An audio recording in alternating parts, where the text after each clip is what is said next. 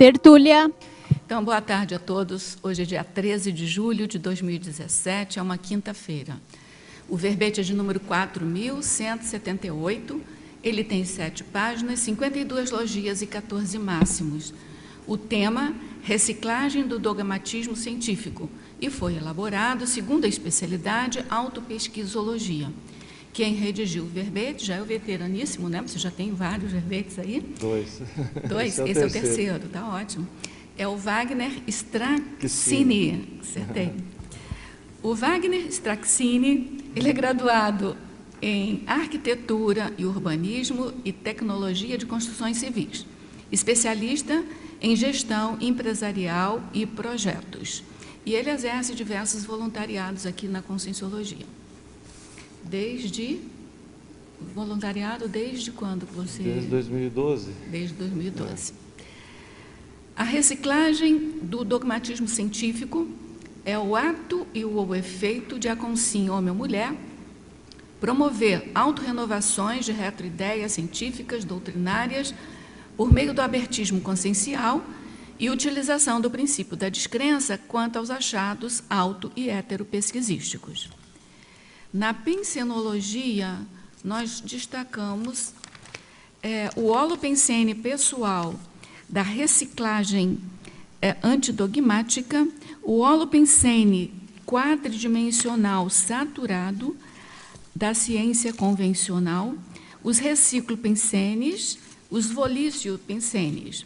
Na fatologia, a reciclagem do dogmatismo científico, que é o título, o dogma da pesquisa não participativa aplicada na ciência convencional, a superação dos 5 sentidos somáticos da elaboração aristotélica, os sinais de envelhecimento do quadricentenário método científico galileano, as formulações matemáticas newtonianas mecanicistas da ciência, o fato de a imaterialidade da consciência constituir mega problema para explicações científicas.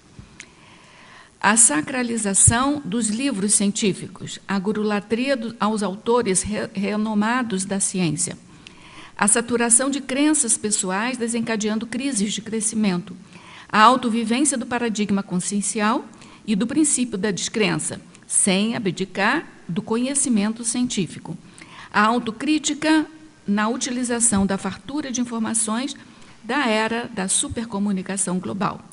As reciclagens dos dogmatismos fisicalistas proporcionadas pelo trabalho voluntário na escrita de verbetes para a Enciclopédia da Conscienciologia e do primeiro livro conscienciológico, o banco de dados dos registros das parapercepções à inteligência evolutiva. Nós chamamos a atenção que na fatologia tem 24 linhas, o que constitui um máximo para o verbete. Tá? Então, a gente vai aí contar com debate para a gente explorar toda essa fatologia. Na parafatologia, a autovivência do estado vibracional profilático, o estado vibracional ignorado pelos cientistas dogmáticos, né, pelo cientista dogmático, os fenômenos parapsíquicos vivenciados na cotidianidade sem a autoconsciência dos parafatos, o autodestravamento consciencial proporcionado pela vivência parafenomenológica nos cursos conscienciológicos de campo, preceptorias e dinâmicas parapsíquicas, a tenepes no contrafluxo dos dogmas religiosos, os insights proporcionados pelos amparadores extrafísicos na escrita conscienciológica. Na argumentologia, a gente destaca aí o parágrafo tabelologia, que, sob a ótica da autopesquisologia, o verbetógrafo faz uma tabela com 15 conceitos, hipóteses e teorias abordadas pela ciência convencional em cotejo com as abordagens reciclogênicas a partir do paradigma consciencial. Na remissologia, nós destacamos a ampliação do mundo pessoal, autogestão antidogmática, cientista reciclante, senso de multidimensionalidade pessoal, subjetividade objetiva parapsíquica e técnica da RESEX. A reciclagem do dogmatismo científico constitui tarefa prioritária nas pesquisas participativas fundamentadas no paradigma consciencial perante a obsolescência das verdades absolutas. Você considera reciclar dogmas pessoais fundamentados no paradigma científico tradicional? Utiliza a descrenciologia perante as verdades absolutas do paradigma intrafisicalista? Na bibliografia específica, o autor contribui com 22 fontes e na webgrafia com 2 fontes. Nós vamos ler agora a mega-análise elaborada pela equipe de mega-analistas da Enciclosapiens, que é constituída por Cláudio Monteiro, Maria Zilá Padilha, Marilene Ragani e Nilzabeth Correia. Cientista, superação, renovação, retroideias, abertismo. Descrença, doutrina, dogmas, ceticismo, serialidade. Universalismo, autoparadigma, parapsiquismo, autopesquisa, autocrítica. Holomemória, autoenganologia, maxidissidência, conscienciologia, autopesquisologia. Então, a gente sempre gosta de chamar a atenção que essa técnica da mega-análise foi uma técnica elaborada pelo professor Valdo, e a gente continua aqui pela Enciclosapiens, que é a seleção de 20 textos significativos, 20 palavras significativas do texto, mediante ao qual conjunto, né, de 20 palavras, a gente pode aprender a ideia central do texto.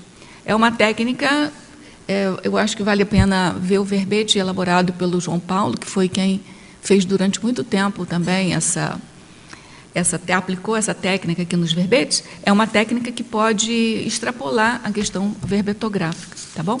Então, vale a pena chamar atenção para ela. Wagner, a pergunta assim, que a gente sempre faz para estabelecer aí o debate é: o que te levou a fazer esse título de verbete, apesar que na sua mini-bio a gente viu lá que você é engenheirão, né? Engenheiro, né? Como eu sou matemática aqui, então a gente está no mesmo barco. Mas, mesmo assim, por que você resolveu fazer esse título, né? Desenvolver esse título de verbete? E também eu sempre gosto de perguntar se ocorreram nos bastidores algum parafato, algum fato, alguma sincronicidade que você tenha identificado, que você possa nos contar. E também que sirva para a gente melhorar a compreensão desse verbete. E aí você fica à vontade, se quer contar, se não quer, se teve, se não teve. E, enfim, fica aí a palavra para você. Ok. Boa tarde, Rosa. Boa tarde a todos os presentes aqui que nos prestigiam com a presença, que espero seja participativa aqui para me ajudar na defesa, né? E aos que assistem no online aí em todas as partes do mundo, aos que vão assistir posteriormente, né? Que eu creio que seja talvez até a maioria que vai ver depois, pelos afazeres que tem, pelo horário, né? Antes de responder a sua pergunta, comentário, eu queria fazer um agradecimento ao pessoal, aos voluntários da Enciclosapiens, né? Embora seja mais ou menos óbvio, né? Você falou de percepções durante a escrita dos bastidores, né? A escrita de um verbete é um trabalho de grupo, né?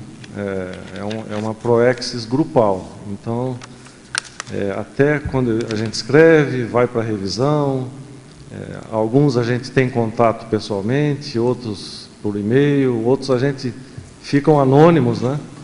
Então, é uma equipe grande que nos ajuda e eu quero aproveitar para fazer esse agradecimento a todos os que contribuíram aqui. Mas a gente também quer agradecer a você pela participação aqui. É muito importante para nós que vocês se dediquem à verbetografia também, né? Claro, a gente tem que botar um verbete ao dia, então o agradecimento é recíproco.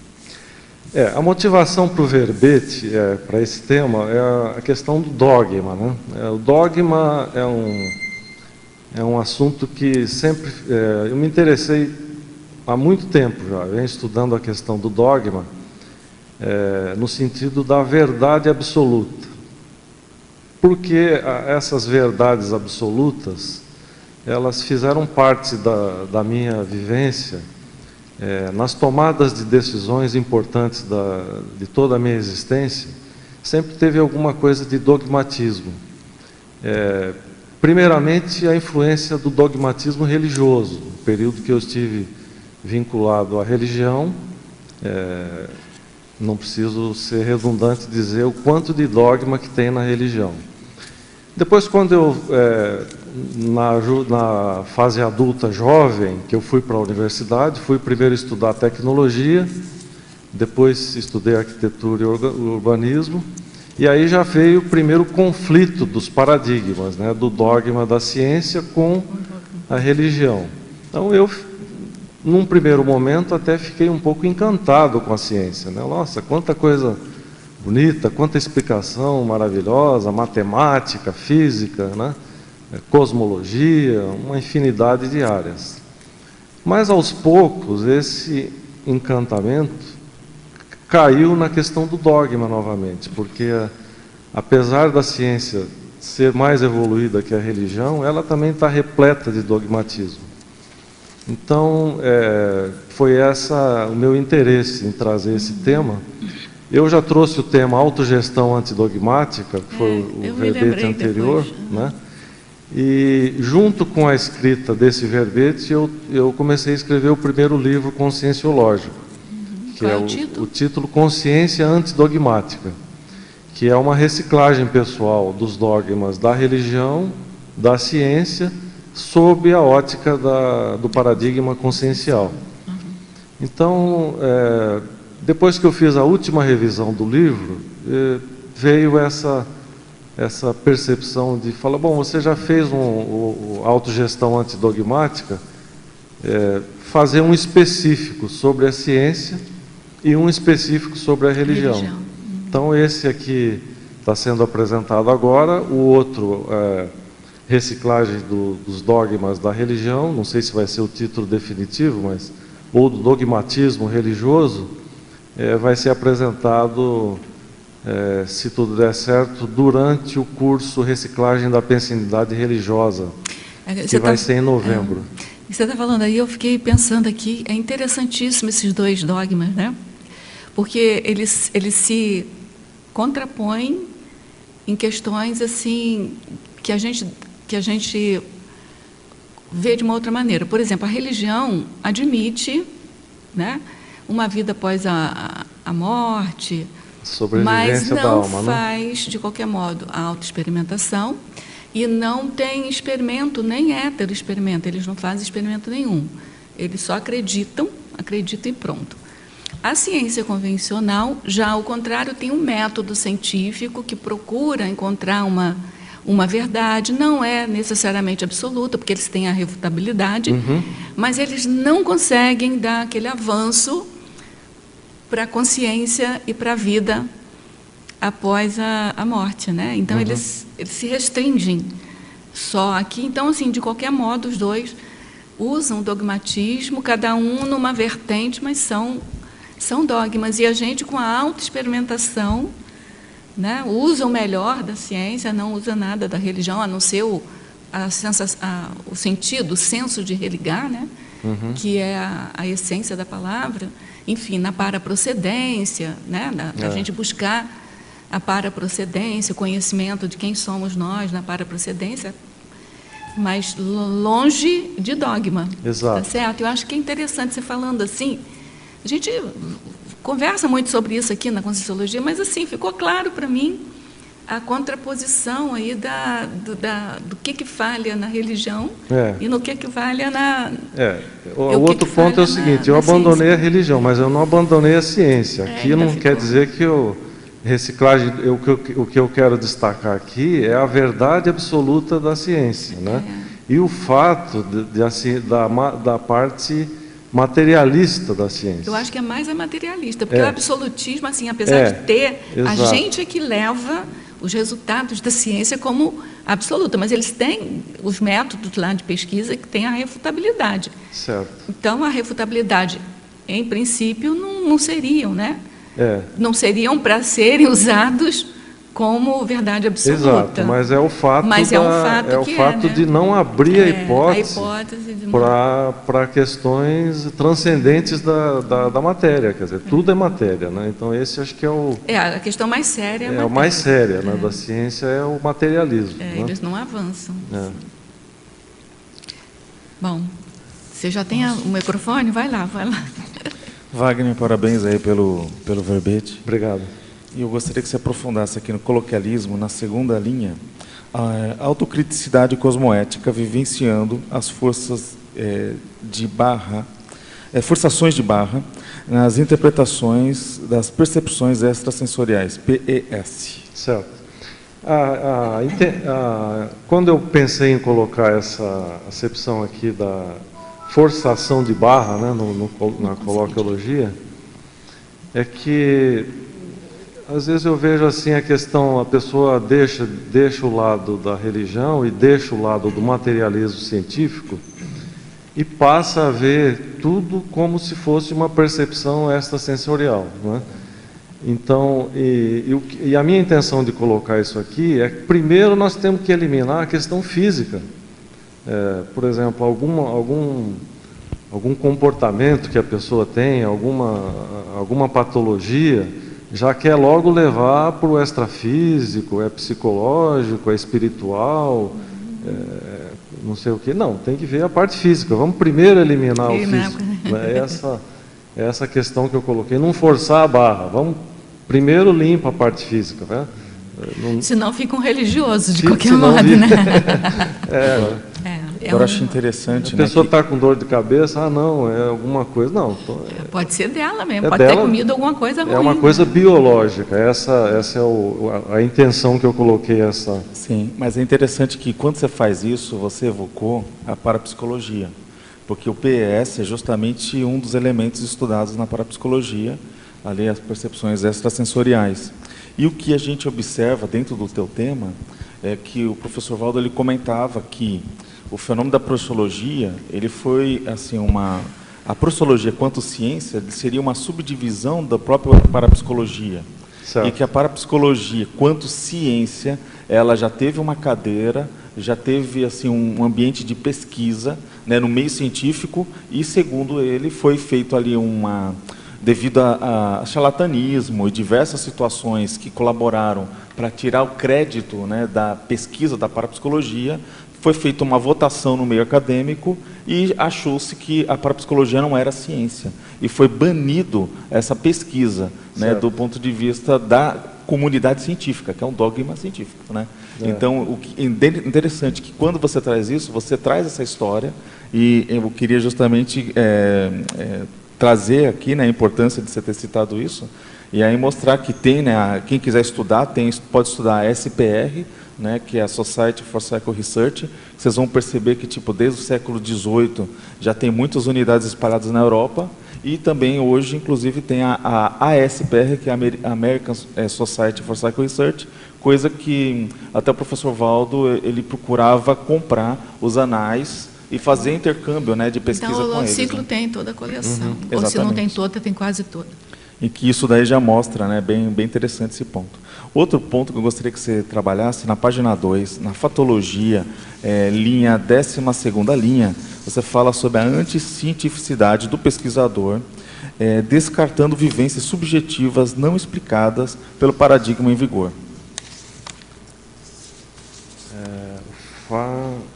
É 12ª linha na fatologia. Baixo, né? Isso.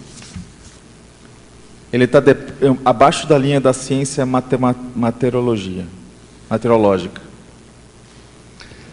O que eu quero dizer, o que eu coloquei essa intenção é o seguinte: o pesquisador, a questão das dimensões, as dimensões conscienciais, a ciência trabalha basicamente com 4 dimensões, né? 3 dimensões que são a largura, altura e profundidade ou espessura, e a dimensão espaço-tempo, né?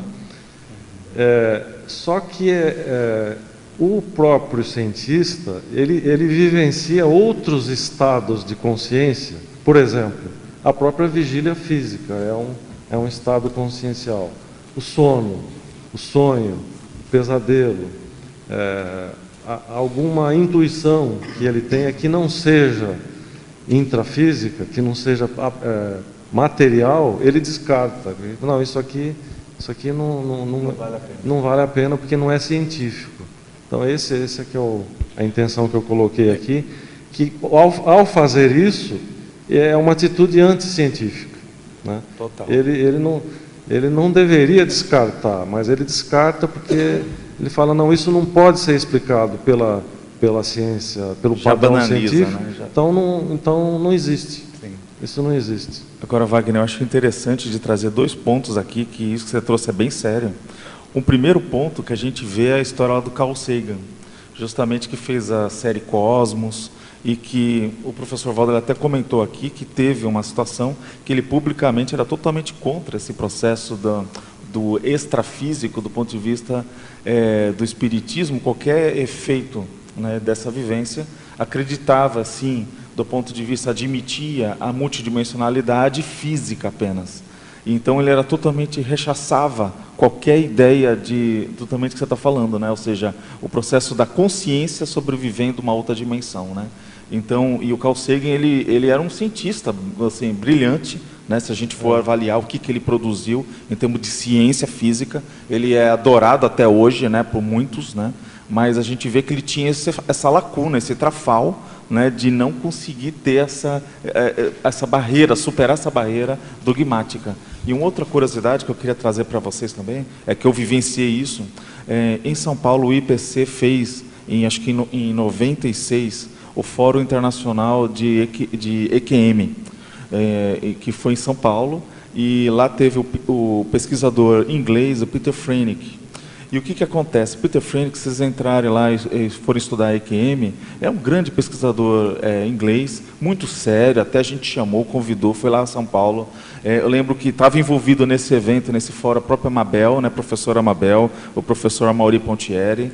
E o que aconteceu? Foi que ele falou todas as pesquisas mostrando a veracidade da experiência quase-morte, do ponto de vista bem científico, tanto que ele ganhou uma bolsa milionária para fazer pesquisa sobre EQM. E isso daí, eu lembro que até na altura a IAC concorreu a essa bolsa, e ele, Peter Frenick, a equipe dele ganhou justamente pela cientificidade que ele demonstrava, o rigor da ciência convencional. E o que acontece? Eles tentam mostrar da experiência da quase-morte como fato, né? Ou um parafato. Só que o que acontece? No final do debate, no final da apresentação, o Amaury ele fez aquela fatídica pergunta para ele, né? O Amaury, tipo, da comunicologia, ele é um excelente, além de pesquisador, um excelente repórter. E aí ele fez aquela pergunta: mas, Peter, como você admite, então, que a consciência ela tem uma sobrevida além desse corpo físico? Né? Aí o que ele responde? Não, olha, as evidências apontam que sim. Mas eu ainda continuo naquela minha busca, aquela minha pesquisa de tentar achar respostas. Então, quer dizer, ele foi liso, total, percebe? Eu acho que a grande dificuldade não é de pensar em múltiplas dimensões, que se você for ler, por exemplo, hiperespaço, essas coisas assim, matematicamente você fala em 10 dimensões, 11, tranquilo. Falam em 11 dimensões. O problema, então, não é saber se é concreto, se é concreto, porque tem o concreto abstrato. Então, cada um vai ser o concreto no nível da abstração que convier lá para cada uma dimensão. Acho que o grande nó górdio é você admitir a consciência fora disso tudo. Exatamente. Fora do corpo, fora das dimensões. Entendeu? É separar a consciência da energia mesmo, do universo. É esse que é o grande travão, assim, de todo mundo. Porque se você não fizer isso, você não resolve. Sobre esse aspecto, vale, eu coloquei aqui a Ordo Pensata, né, na página 1, né, na penúltima logia, essa ideia do professor Waldo, né? O cientista que não investiga a imortalidade da própria consciência é uma personalidade alienada, sem autopriorização quanto à evolução. Eu tinha lido, claro, mas eu não tinha...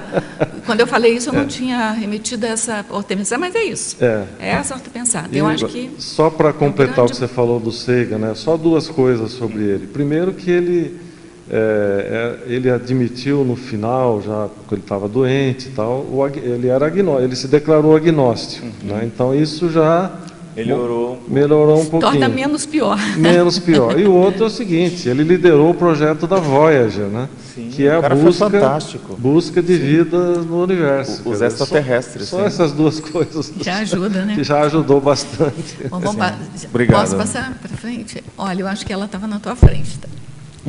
Parabéns aí pelo verbete. Obrigado. Isso aí ajuda muitas consciências e consciex que está pesquisando esse tema, né? Uhum. Então a gente agradece. A minha pergunta é na fatologia, na 9ª linha. Aliás, na 8ª, que eu não enxergo, pouco aqui. 8ª. O aprimorismo dos céticos, tentando negar a multidimensionalidade da consciência por meio de métodos e equipamentos convencionais. Você pode comentar aí para a gente? Sim. A ciência, a tecnologia ajudou muito a ciência, as habilidades, o conhecimento da ciência através da tecnologia. Então, hoje nós temos aí equipamentos, né, de últimas gerações, tomografias computadorizadas, né, ressonância magnética, e tem muito cientista. Eu vou dar um exemplo, vou citar aqui o exemplo de um cientista estadunidense, que ele procura, ele é o diretor de uma revista chamada Skeptics Magazine, ceticismo, né, a respeito do ceticismo. E ele é um ceticismo extremo, que ele pega uma parte do princípio da descrença, não acredita em nada, é isso que ele faz, ele não acredita em nada. Então o que ele faz? Ele tenta provar, por exemplo, que a técnica da acupuntura, que é uma técnica chinesa milenar eficiente, né?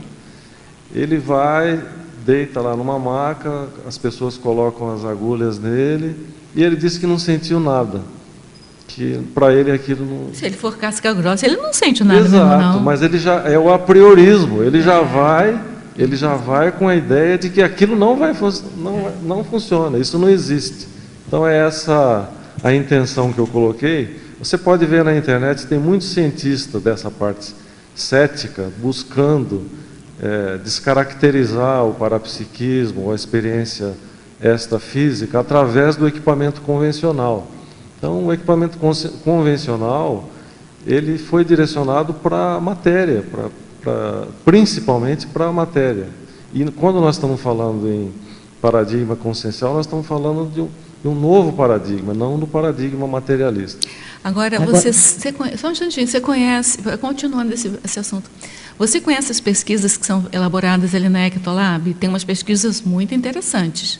Utiliza o equipamento da ciência convencional. Eu até participei como cobaia de umas, assim, que você tinha que fazer o estado e era aleatório, você não sabia o que ia valer no teu caso ali.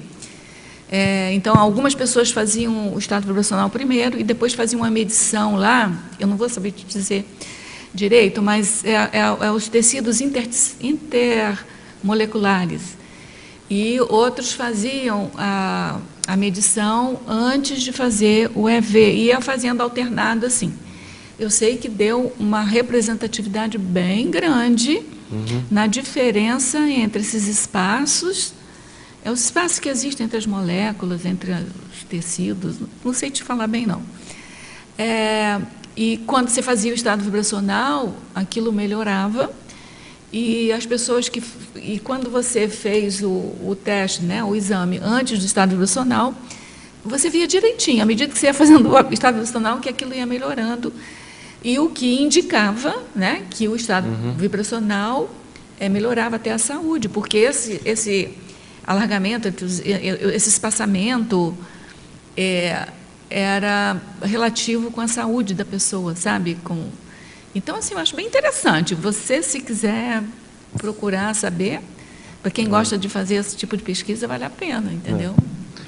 Mas o ponto era esse, a questão do apriorismo. Ele usa os equipamentos, mas já para descaracterizar tudo. Então, a coisa realmente não funciona. Agora, seria interessante se um deles, né, assistisse essa tertúlia e chegasse aqui no que você falou, o autodestravamento consciencial proporcionado pela vivência parafenomenológica dos cursos conscienciológicos de campo, preceptorias e dinâmica parapsíquica. Aí mudaria toda da água para o vinho, né? Mas aí ele tem que ter o abertismo para isso. Viver o princípio da descrença no sentido nosso aqui, né? Mas a gente sabe que tem muita gente que vem para os cursos também e entra e sai do mesmo jeito, porque ela não abre, né? Ela não está disposta a fazer a reciclagem ou aceitar uma nova realidade. Então não acontece mesmo. Isso aí, esse dogma está ficando por isso que eu coloquei, já passamos por isso, né? eu coloquei na minha definição que é o abertismo consciencial, por meio do abertismo consciencial e o princípio das crenças. Sem isso não dá, não vai acontecer nada. É verdade. Obrigada. Agora você. Tem que deixar ligado. É para cima, é para cima. É para cima. Acendeu a lâmpadazinha?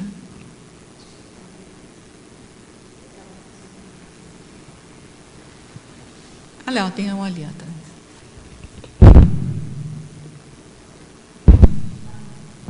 Parabéns pelo verbete. Obrigado. Gostaria de comentar, que você comentasse aqui na página 2, na parafatologia, na terceira linha, o atilamento pessoal quanto à interação energética no dia a dia.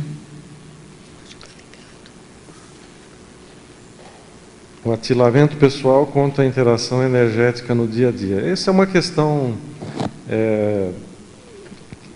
vamos dar um exemplo aqui. Você entra num ambiente, não se sente bem, né? Um ambiente mais pesado energeticamente. Você entra num outro, você entra num parque, por exemplo, num parque público, com energias boas, fitoenergias. Essa interação no dia a dia, é isso que eu me refiro aqui. Ok. E na página 3, na fobiologia, a neofobia do indivíduo submisso às verdades absolutas. Se puder comentar. Eu não entendi, podia repetir? Na página 3, o quarto item de baixo para cima, a fobiologia, a neofobia do indivíduo submisso às verdades absolutas.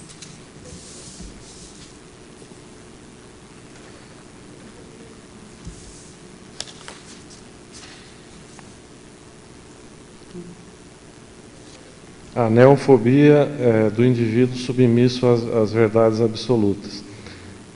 Eu acho que é um pouco do que nós já falamos agora há pouco do ceticismo do cientista materialista. Aqui nessa sessão é o estudo das fobias, né, das quisilas, não é isso? É a pessoa que ele não quer aceitar o novo. Ele tem aquele modelo de conduta, as suas convicções, e ele não aceita nada que não seja de acordo com as crenças dele. Se aquilo não bate com a crença, ele já rejeita. Então é uma fobia em relação ao novo. Ok, obrigada. Eu gostaria que o senhor falasse um pouquinho, caso o senhor tenha lido, né? Que às vezes não dá para ler tanta bibliografia, mas esse livro aqui é A Paisagem Moral. E depois eu vou fazer só uma pergunta da coloquiologia, página 1. A paisagem moral, como a ciência pode determinar os... eu já li esse livro, eu tenho o livro. O Sam Harris é um autor estadunidense. Ele se destacou bastante logo após os atentados terroristas de Nova York, né, de 11 de setembro, que ele escreveu o primeiro livro dele, Religião, Terror e o Futuro da Razão. Então ele disse que o Sam Harris ele tem uma história interessante, porque o pai ou a mãe, ele é filho de pai ou mãe judeus e mãe ou pai cristãos. Mas ele nunca foi educado, não teve uma educação rígida. Então ele se tornou um filósofo e se interessou mais recentemente pelo estudo da consciência, principalmente através da meditação. E ele passou a investigar essa questão da consciência através do estudo da neurociência. Então ele é um filósofo neurocientista. Ele é bastante famoso no movimento do ateísmo, dos neos-ateus, mas ele tem sempre essa abertura para as práticas de meditação e tal. Então ele escreveu esse livro com essa intenção de que a religião que determina a moral, e ele está fazendo um contraponto, mostrando que a ciência pode determinar os valores humanos. Foi essa a intenção dele, e por isso que eu coloquei aqui como uma possibilidade inicial de reciclagem da dogmática científica. Eu gostei de que ele se aproxima um pouco assim da ideia, né, que a gente tem aqui, não com os mesmos nomes, né, mas se aproxima. Na coloquiologia, o hábito de deixar passar batido as extrapolações conscienciais contrárias às crenças pessoais. Acho que nós já falamos isso aqui agora há pouco. Eu cheguei atrasado, então pode deixar. E o ato de não ficar em cima do muro perante os dogmas acadêmicos. Já falou também? Obrigada. Tudo bem, então? Pode... Não, você vai responder. Não, acho que ela tem mais uma aqui. Tá. Na mesma coloquiologia, depois de Em parte é uma continuação dessa, porque a pessoa que eu falei agora há pouco, a pessoa vivencia, é inegável a vivência de outros estados conscienciais, vamos dizer assim, vamos chamar de estados conscienciais, além da matéria, né? Além da altura, largura, comprimento, espaço, tempo, ela vivencia percepções energéticas, ela vivencia o sono, ela vivencia a vigília física, mas como ela, vamos dizer assim, ela aceita o paradigma materialista como uma verdade absoluta, ela deixa de lado, ela fica em cima do muro, nem acredita nem desacredita, mas não faz nada com isso, né? Tudo bem, gente, vamos dar agora a voz aqui aos teletertulianos, que vêm lá de Portugal. Então vamos lá. Na Fatologia, página 2, sexta linha de baixo para cima, poderia expandir sobre a autovivência do paradigma consciencial e do princípio da descrença sem abdicar do conhecimento científico? Claro, bem no início eu falei que eu não estava fazendo um verbete contra a ciência. A ideia aqui é questionar e reciclar o dogmatismo, a verdade absoluta da ciência. É muito difícil você questionar a ciência nos dias atuais, né? Principalmente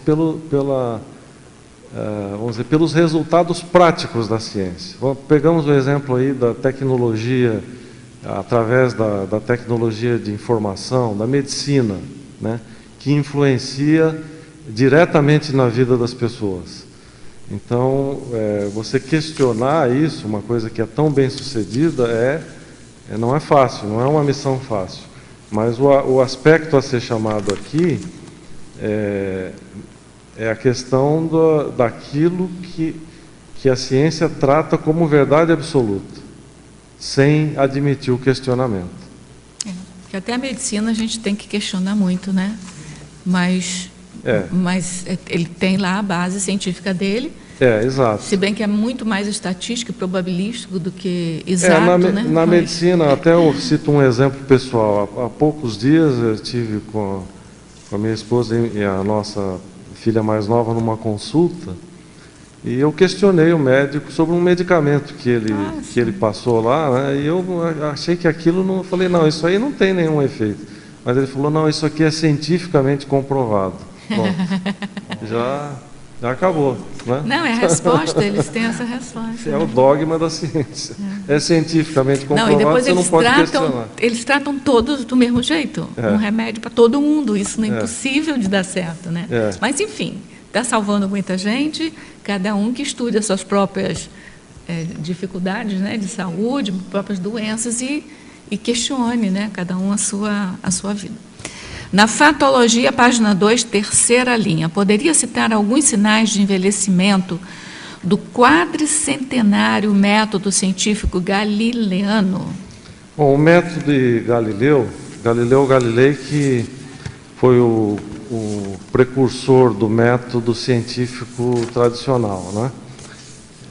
Que é, em um breve resumo, observar um fato, um objeto, um fenômeno, fazer perguntas para esse fenômeno, responder as perguntas através de uma hipótese, testar essa hipótese para ver se ela funciona, verificar se ela pode ser replicada em várias partes por diferentes pessoas e depois reciclar. Esse é o modelo da ciência, né?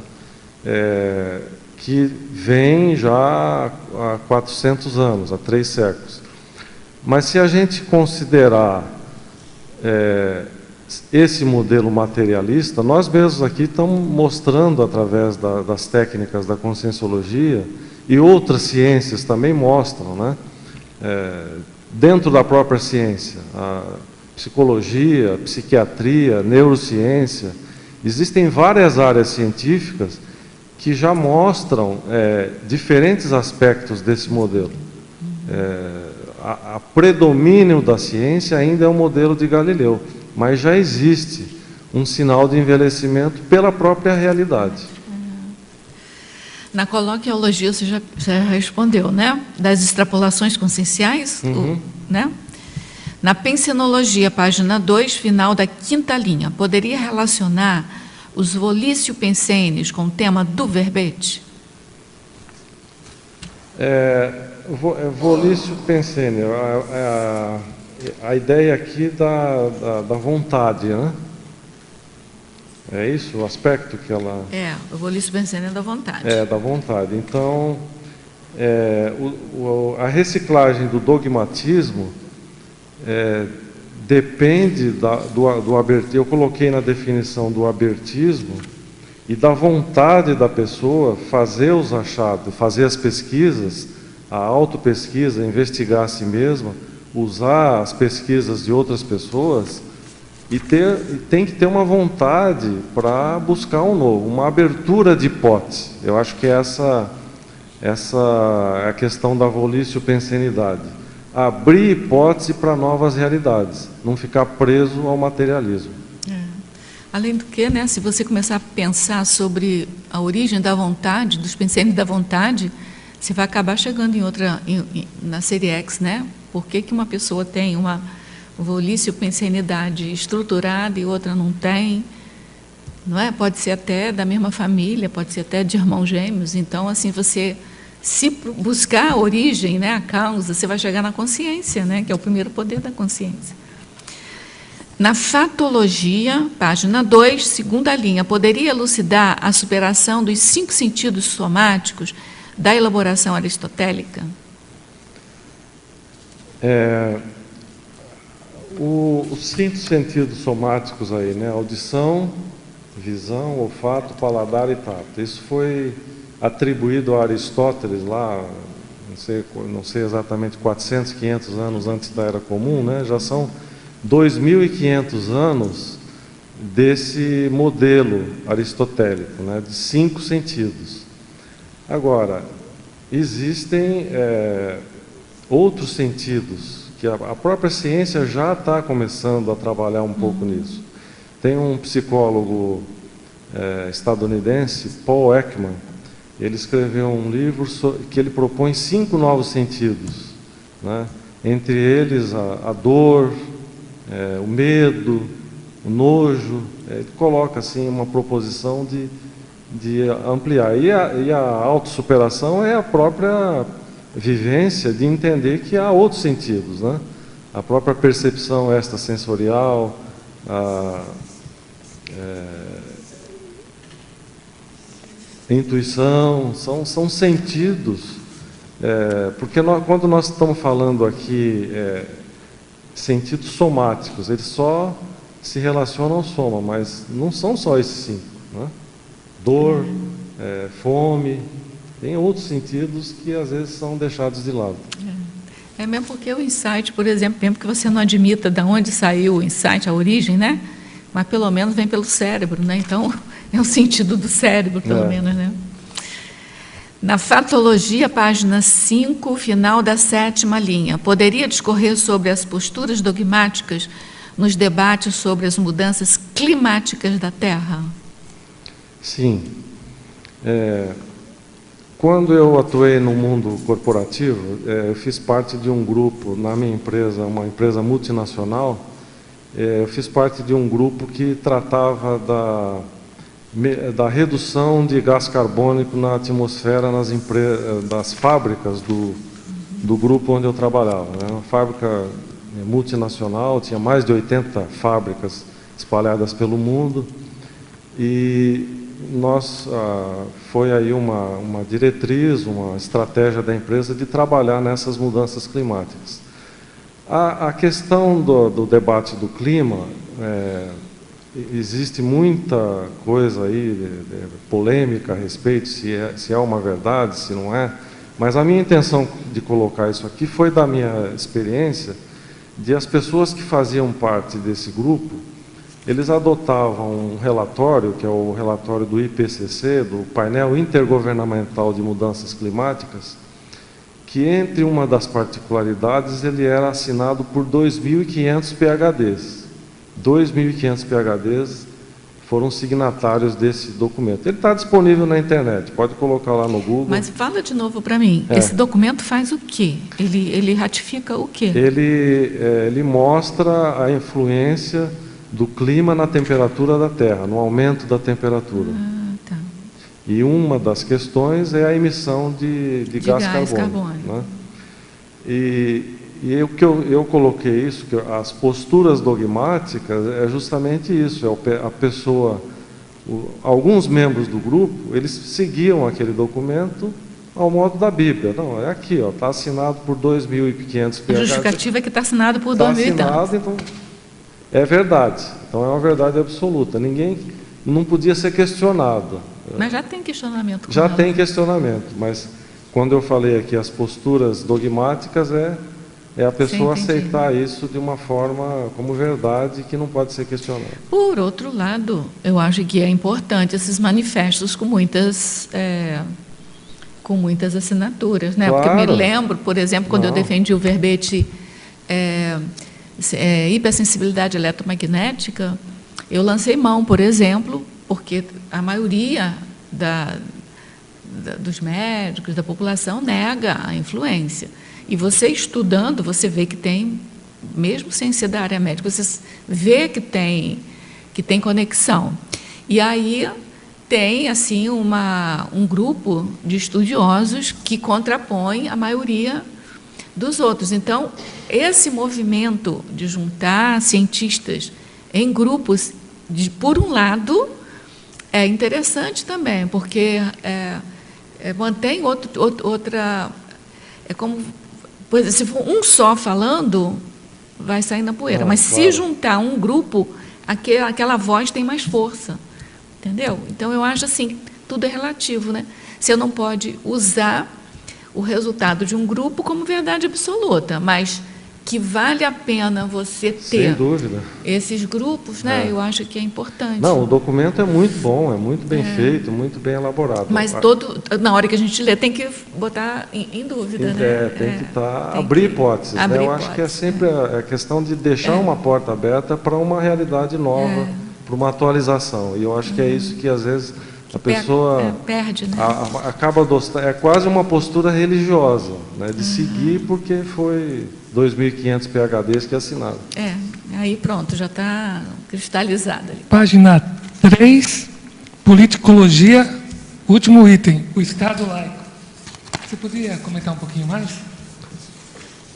Politicologia, que são os processos sociais, né? Um exemplo, o nosso país se a gente vai ler a nossa Constituição, o nosso Estado é laico, ele não tem nenhuma religião, não é um Estado teocrático.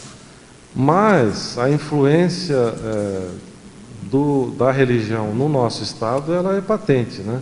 Só aí são feriados cristãos, só isso já demonstra.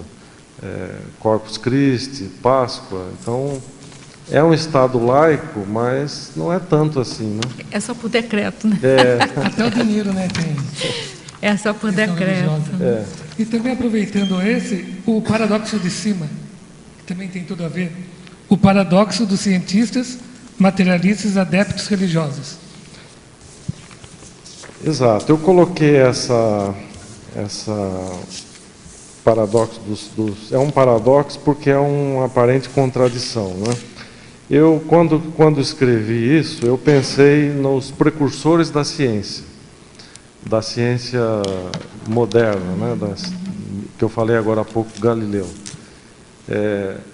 Até mais ou menos, vamos dizer, 1600 aí, que foi quando começou a ciência, até 1600 era a ciência grega, né?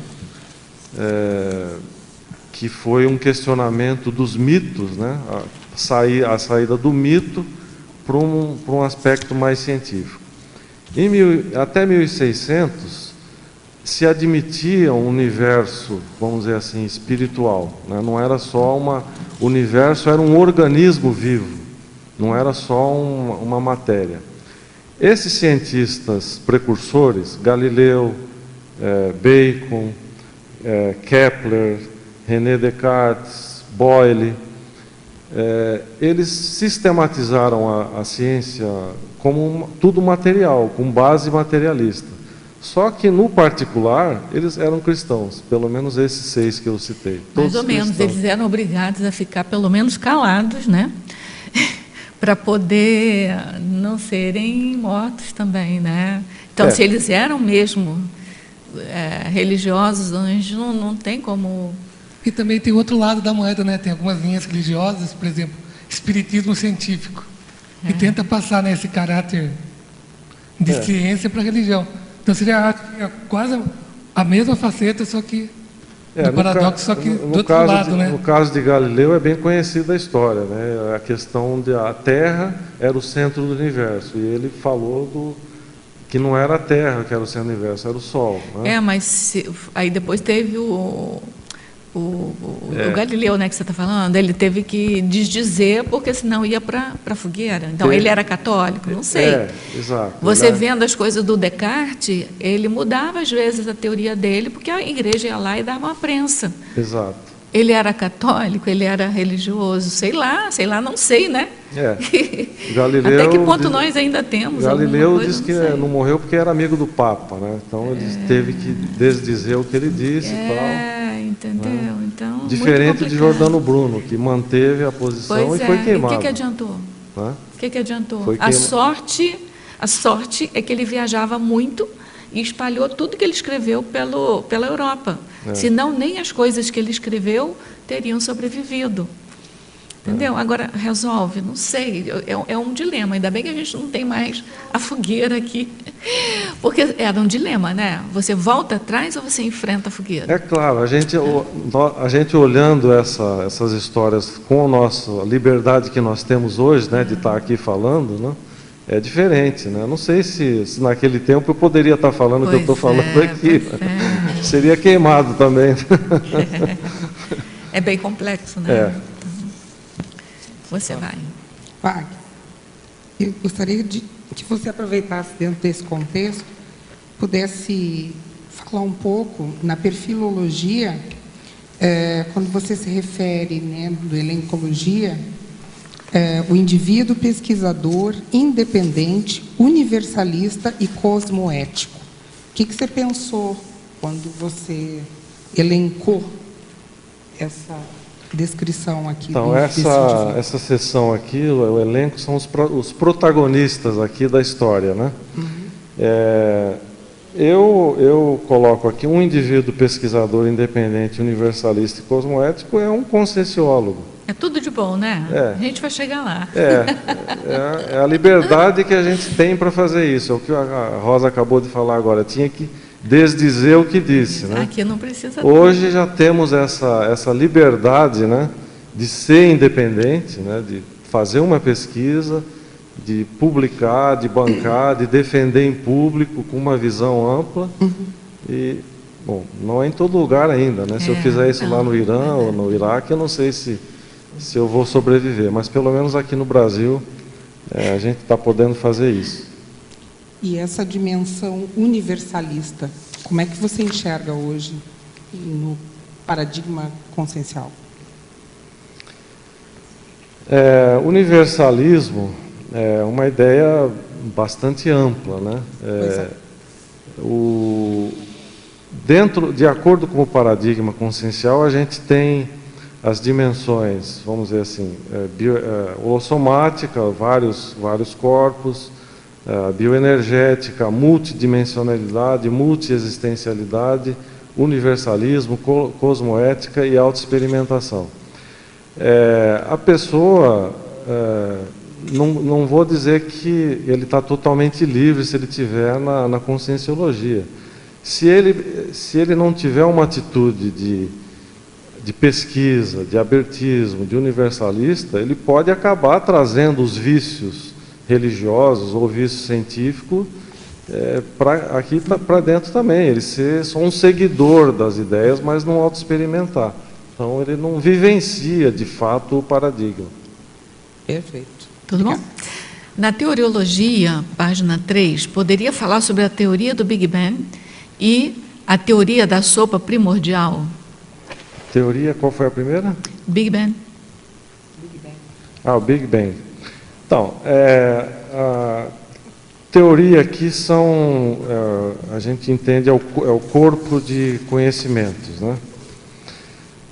Veja o seguinte, a ciência tem todo esse prestígio, né, que a gente vivencia e aplica no dia a dia. Mas são dois enigmas ainda inexplicados pela ciência. A ciência ainda nós não sabemos como começou o universo e não sabemos a origem da vida. São dois enigmas grandes aí. A ciência tem a teoria. Não é uma coisa que a gente pode dizer que isso seja verdadeiro. O Big Bang significa que antes da existência do universo, tudo estava condensado num ponto. Esse ponto chegou a bilhões de graus Celsius, explodiu e deu origem a tudo. Essa é uma teoria, tem uma série de fundamentos atrás disso, mas ela não é comprovada. Não é a única também. Existem alguns cientistas que dizem que existe um resquício desse Big Bang no canal de televisão. Quando a gente sintoniza a TV num canal que não pega nada, que fica aquele chiado. Sei. Aquilo ali é o... Eles dizem que aquilo é um ruído do Big Bang, é a grande explosão que teve e permanece esse ruído. A energia continua A energia continua. Então essa a vibração, né? É a vibração, é a teoria do Big Bang. E da mesma forma, a teoria da sopa primordial. Esse Big Bird, como que surgiu a vida? Né? Esse Alexander Oparin e o Haldane, eles desenvolveram essa ideia da sopa primordial. Em resumo, é o seguinte: depois dessa grande explosão, se referindo à Terra, a Terra foi resfriando, tudo era uma bola de fogo, formaram as montanhas e no fundo formaram os rios. E dentro desse rio se formou ali, eles dizem assim, algo como se fosse um caldo de carne, né? E aquilo ali formaram os aminoácidos e tal, e formaram foi a origem da vida. Então esse é o que a ciência diz sobre a origem da vida. Então nada é provado. A gente não sabe como começou a vida e a gente não sabe como começou o universo. Essa aqui é a realidade. Tem duas perguntas aqui desse Célio Tertuliano que você já respondeu, mas ele faz um enfoque diferente, aí eu vou ler para você ver o enfoque e responder. Na Fatologia, página 2, segunda linha, Passamos múltiplas retrovidas mergulhados até o pescoço no dogmatismo científico. Como podemos fazer a superação dos 5 sentidos somáticos da elaboração aristotélica, mudando de paradigma pessoal? A abordagem dele é: a gente já veio em múltiplas vidas e agora como é que a gente faz com o que sobrou da gente, né? Como é que a gente muda para um outro paradigma? Bom, não tem outro jeito de mudar de paradigma através do abertismo consciencial e da autovivência e de aceitar um paradigma, abrir hipóteses. Ele não pode ficar preso nessa hipótese, porque dentro do paradigma consciencial nós estamos admitindo que nós tivemos múltiplas existências, né? O paradigma aristotélico aí, ele é recente, né? Se a gente considerar, pela ciência, se diz aí que a nossa espécie tem 250 mil anos, né? Aristóteles falou isso há 2.500 anos, quer dizer, é um período muito pequeno. A própria ciência moderna, que começou em 1600, tem 400 anos. 400 anos não é nada em relação a toda essa existência. Então, o nosso condicionamento atual está em relação a isso, mas nós temos que ter a abertura para ter essa experimentação. Eu acho que, não sei, recuperação de cons, recuperar o curso intermissivo, é isso que você está falando, estudar bastante o que significa o mecanismo, o paradigma mecanicista e o que significa o paradigma consciencial e ver aonde você se localiza. Uma coisa muito simples, eu me lembro que a primeira vez que eu experimentei assim, a parte bioenergética, fui fazendo o curso Bioenergia Sem Muros. Até minha esposa foi lá comigo. Nós fomos no Ibirapuera, em São Paulo, num curso lá do IPC, e foi a primeira vez que eu tive assim, um impacto mais forte com as fitoenergias, né? Só isso já me deu uma abertura para sair dos 5 sentidos somáticos. Isso, a projeção consciente. Exato. Não, a projeção tem vários exemplos, mas uma coisa simples é essa: você caminha num parque, né? Com abertismo, com interesse, chega perto de uma árvore, coloca a sua mão. Percebe, né? Não tem como não perceber. Né? Só se tiver a priorista, como eu falei agora há pouco, do cientista que já vai com a intenção de provar que não existe. Né? Já nega antes, abertismo consciencial, vontade, né? Experimentação. A outra também você já respondeu, mas vou falar como é que é o enfoque aqui. É na Fatologia, página 2, 7ª linha. Por que existe essa insistência continuada quanto à manutenção das posturas dogmáticas nos debates sobre as mudanças climáticas na Terra, se todos os dados indicam claramente a existência real do aquecimento global?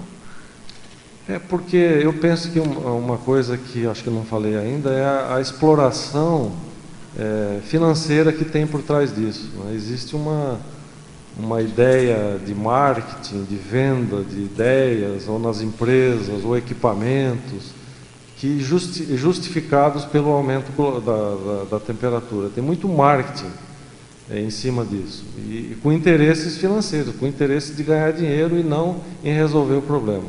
Veja o exemplo agora dos Estados Unidos, né? Eles resolveram não participar mais. Eles são os maiores poluidores do planeta. Os Estados Unidos e a China são responsáveis por praticamente, eu diria assim, 2/3 da poluição global vem desses dois países. E a poluição não está necessariamente dentro do país deles. Né? Isso, vai... A China explora, por exemplo, minas lá da África, que eles fazem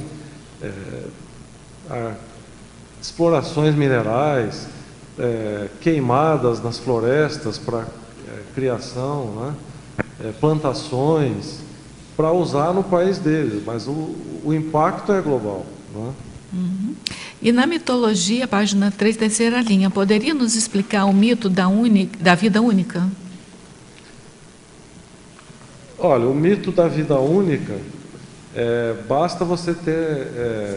aí é uma ideia religiosa, né? a ideia religiosa que foi para a ciência. A ciência não admite a transcendência da consciência.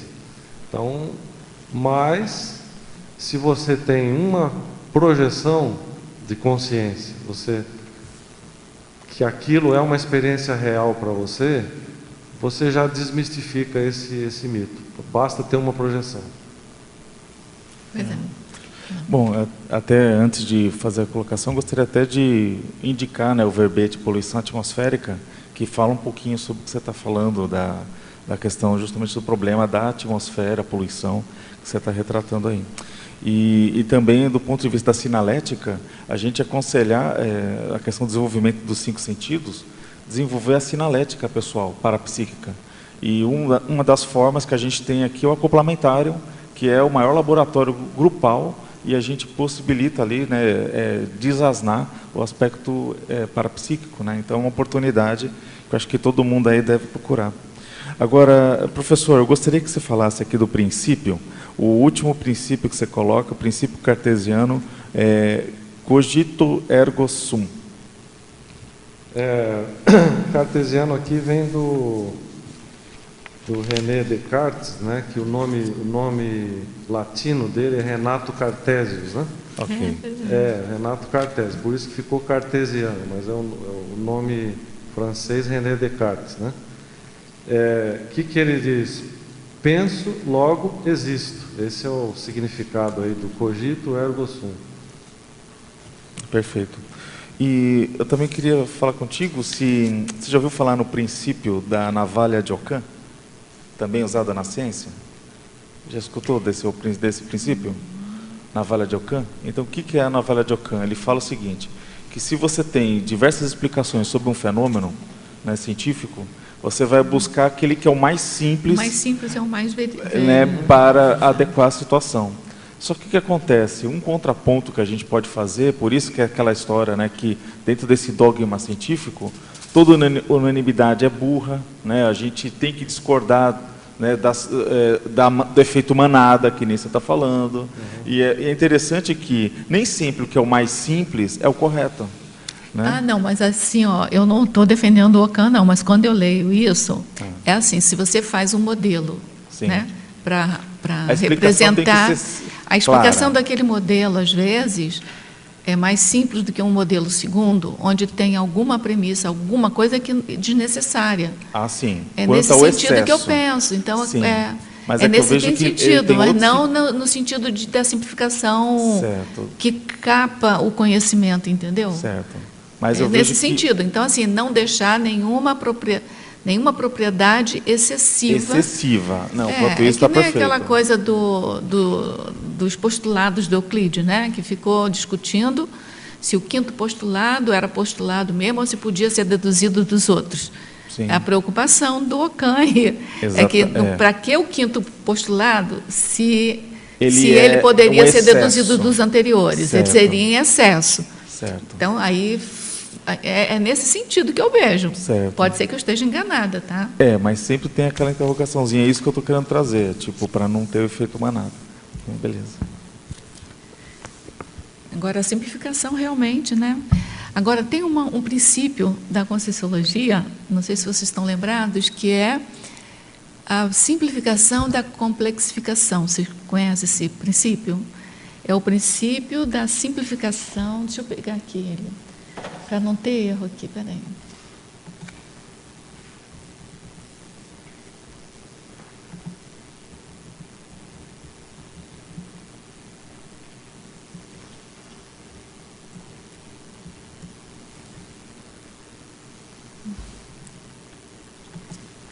Está difícil aqui o negócio, aqui, porque ele para aqui. Vai lá. Interessante um caso lá do Galileu Galilei, que ele fez, né, toda uma pesquisa. Quem estuda astronomia amadora percebe que ele desenvolveu o telescópio e, de alguma maneira, ele conseguiu mapear na altura as 4 luas em volta de Júpiter. Então, e ele identificou dentro das teorias, mostrando que justamente o movimento não era todos os astros celestes em volta da Terra, porque ele começou a ver o movimento, a geometria desses astros, das luas em volta de Júpiter. E o que é interessante, ele propôs um laboratório, ele propôs de instalar todos esses equipamentos para o Papa e para os bispos ali, e o que aconteceu? Eles se recusaram de ver. Exatamente. Por quê? Ele falou assim, se eu olhar para esse experimento, eu posso abalar a minha fé. Olha só, esse foi o efeito. Né? Então, mostra que quantas situações, né, complexas a gente tem, justamente por causa de dogmatismo. Né? Acho que é bem interessante. Não quer ver, né? Ele não queria ver. O Galileu deu essa possibilidade, e os padres realmente eles não queriam olhar para o telescópio, porque eles iriam ver que a Terra não era o centro do universo. E aí isso abalava toda a crença da igreja. Olha, eu não estou achando aqui, eu estou achando como se fosse paradoxo, mas eu tenho um outro. Depois eu procuro aqui. Você quer perguntar? Ou eu tenho algumas perguntas aqui.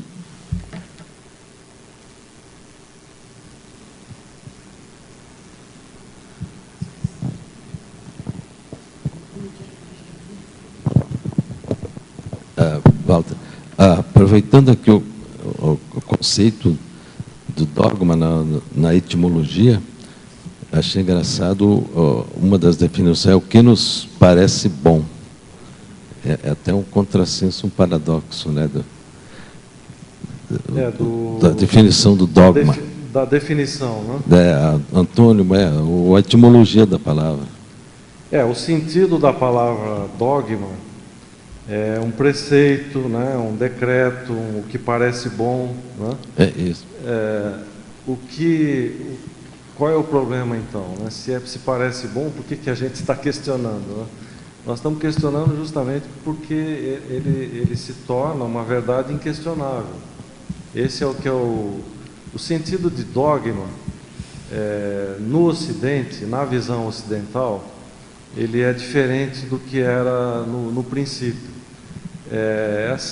Esse termo ele surgiu, aqui a gente está dizendo, né, que ele surgiu no século XVIII, né?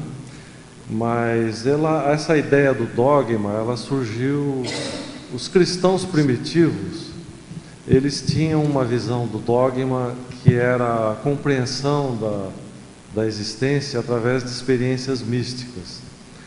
Depois, isso foi evoluindo. No Ocidente, a Igreja Católica tomou conta desse significado, passou a ter o sentido daquilo que é uma autoridade superior. Aquilo que foi definido por uma autoridade superior não pode ser contestado. O célebre Magister Dixit. Mestre falou, está falado. Falou, está falado. É quase como palavra de rei, né? Falou, não volta atrás. Então, no Ocidente tem esse sentido da verdade absoluta que não pode ser contestada, principalmente pelo lado do dogma católico, né? Da igreja. Outra questão que eu só não sei se já falou, aqui na masculinologia você coloca o escritor Daniel Brinkley. Qual é a relação com o dogma? Porque a gente sabe que o Grael, a gente conhece toda a história dele. Daniel Brinkley, como exemplo aqui um exemplo de reciclagem do dogma da ciência, né? O Daniel Brinkley, ele é um escritor estadunidense, e ele teve uma experiência de quase morte quando ele falava no telefone. Era um dia com muita chuva e tempestade, no tempo ainda do telefone com fio, né? E ele estava falando no telefone e caiu um raio, e essa descarga de raio jogou ele à distância. O corpo dele foi lançado à distância. E foi recolhido, levaram para o hospital e foi dado como morto. E quando ele já ia sendo levado para o necrotério, ele voltou à vida. Ele voltou e ele relatou toda essa vivência, que ele estava fora do corpo, ele vendo isso tudo acontecer. E a partir disso, ele fez uma reciclagem de toda a vida dele, porque ele era um vendedor, ele era militar, ele vendia armas, era vendedor de armas do exército dos Estados Unidos, e ele fez uma reciclagem completa da vida dele e passou a ajudar as pessoas através dessa experiência, com palestra. Escreveu um livro, Salvo pela Luz. Tem um filme também, Saved by the Light, Salvo pela Luz, que conta a experiência dele.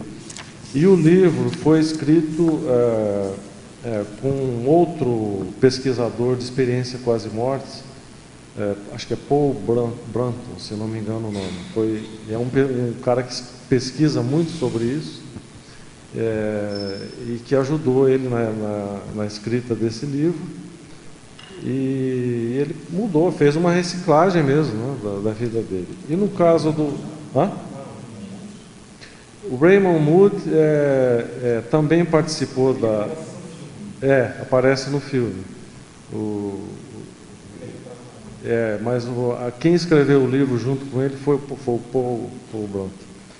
E o Lars Gael a gente conhece, né? Brasileiro iatista. Iatista. O Lars estava numa regata quando ele teve um acidente, né? Sim. A outra lancha passou e decepou a perna dele, né? E também ele foi levado para o hospital. Já tinha sido dado como morto, e os médicos falaram assim, não, eles estavam fazendo eletrochoque, né, para fazer a tentativa de salvá-lo. E ele relata que um dos médicos falou, não, vamos tentar mais uma vez, não custa nada. Aí tentaram e ele voltou à vida. Então, a partir disso também tem toda a história do Lars, tem livros, a internet está cheia de informação sobre a vida dele, e eu coloquei como um exemplo de reciclagem dos dogmas, né? Porque como que a ciência vê isso tudo e continua não aceitando, né? Incrível, né? Mas, enfim, acho que falta a centelha, né, de vida. Wagner, na parafatologia, ali na página 2, na terceira linha de baixo para cima, você coloca a TENEPS no contrafluxo dos dogmas religiosos. A TENEPS, no caso, né, quem conhece a técnica da tarefa energética pessoal, ela desmascara toda a questão da religião, porque você, na prática da TENEPS, não precisa de ter crenças, não precisa de submeter a dogmas, a ideias religiosas. Você mesmo faz o trabalho de ponta, você mesmo. Você não precisa de nenhuma crença para fazer aquilo, porque é autovivência. Na trinomiologia, na página 3, você coloca o trinômio autodiscernimento, autocomprovação, autoemancipação. Você pode falar isso para nós? Comentar? Olha, o autodiscernimento é o maior atributo, a gente está sempre falando isso, né? O maior atributo da nossa consciência é o autodiscernimento. Eu coloquei depois a autocomprovação. Também, vamos dar um exemplo aqui da projeção da consciência. É importante, eu gosto sempre de citar a projeção consciencial, porque ela é uma autocomprovadora da realidade dimensional, né, da realidade extrafísica. A pessoa que vivencia a projeção da consciência, pelo ângulo da ciência comum, não é uma experiência real. Mas a pessoa que vivencia, é uma experiência subjetiva, é real para quem vivencia. Então, por isso que eu coloco autocomprovação e você recicla pela própria autocomprovação. Não precisa ninguém te colocar dogmas ou ideias, você mesmo tem a comprovação. É autocomprovatória, né? Tem uma pergunta aqui na Fatologia, página 2, quarta linha, de baixo para cima. Pode citar algumas iniciativas da promoção do conhecimento público da ciência convencional? Sim, tem muita... Ultimamente o mundo acadêmico, eu acho que dos exemplos é a época da supercomunicação, né? A internet hoje em dia tem sites com defesas de tese abertas ao público. No Brasil tem a Cielo, né? Cielo tem uma quantidade de pesquisas sérias, de cientistas sérios, que são disponibilizadas ao público. Antigamente a gente não tinha esse acesso, né? Hoje você tem pesquisas gratuitas, que você pode, com um simples acesso, até no celular, olhar teses importantes. Dependendo do tema que você coloca no Google, ele abre um núcleo, né? um nicho assim, só de artigos sobre aquele assunto. Né? Então é bem interessante a busca. Hoje em dia a grande dificuldade que a gente tem é fazer o filtro disso, né? Que é tanta informação. Muita informação. A gente não tinha nada, tudo ficava na mão de poucas pessoas. Hoje a dificuldade é fazer o filtro e saber selecionar. Ok, parabéns, Wagner, pelo verbete, muito elucidativo. Gostaria que tu revisse e ampliasse 2 temas que eu achei bem interessante, que seria a frase enfática e a exemplologia, se for possível. A frase enfática também é o pedido de um teletertuliano, tá?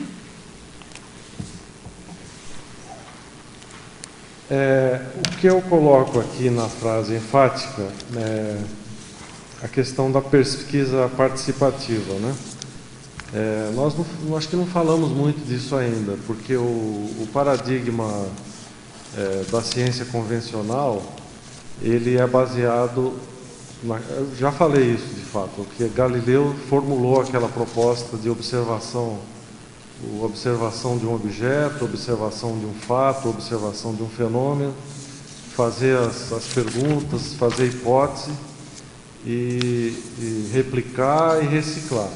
Mas é sempre olhando para fora. No caso da pesquisa, quando eu falo pesquisa participativa, é a autopesquisa, né? É você se incluir na pesquisa. Sim. Né? É você estudar você mesmo. Estudar a nossa influência na própria pesquisa em si, né? Exato. Na verdade, a gente já viu isso em outros debates também, a pesquisa não participativa é quase que um mito, né? Porque o cientista está ali observando um fato, mas ele está influenciando as próprias energias, né? As energias gravitantes estão influenciando nessa pesquisa, mas ele não admite isso. Sim. Então, para fazer essa reciclagem desse dogmatismo, você tem que fazer autopesquisa, que é a investigação de você mesmo, estudar você mesmo. E quais as informações que eu estou colocando na pesquisa inconscientemente, a princípio, né? Que eu, como materialista, não estou sabendo que isso está ocorrendo, mas no caso, sempre a gente já sabe que isso ocorre porque sempre a nossa energia, a gente está direcionando alguma intenção, algum foco, a nossa energia está indo junto. Está influenciando. E está modificando, né? E está alterando, dependendo da pessoa. O mesmo experimento com pessoas diferentes, a energia vai ser diferente, vai haver alterações. Achei bem interessante isso aí, porque faz a inclusão, né? Por isso que às vezes a gente vê a tentativa de replicar um mesmo experimento em diferentes locais, os resultados... Sim, porque tem a consciência que não é considerada. Exato. E a exemplologia, eu gostaria que também tu desse uma ampliadinha, se for possível, ali, que eu achei bem interessante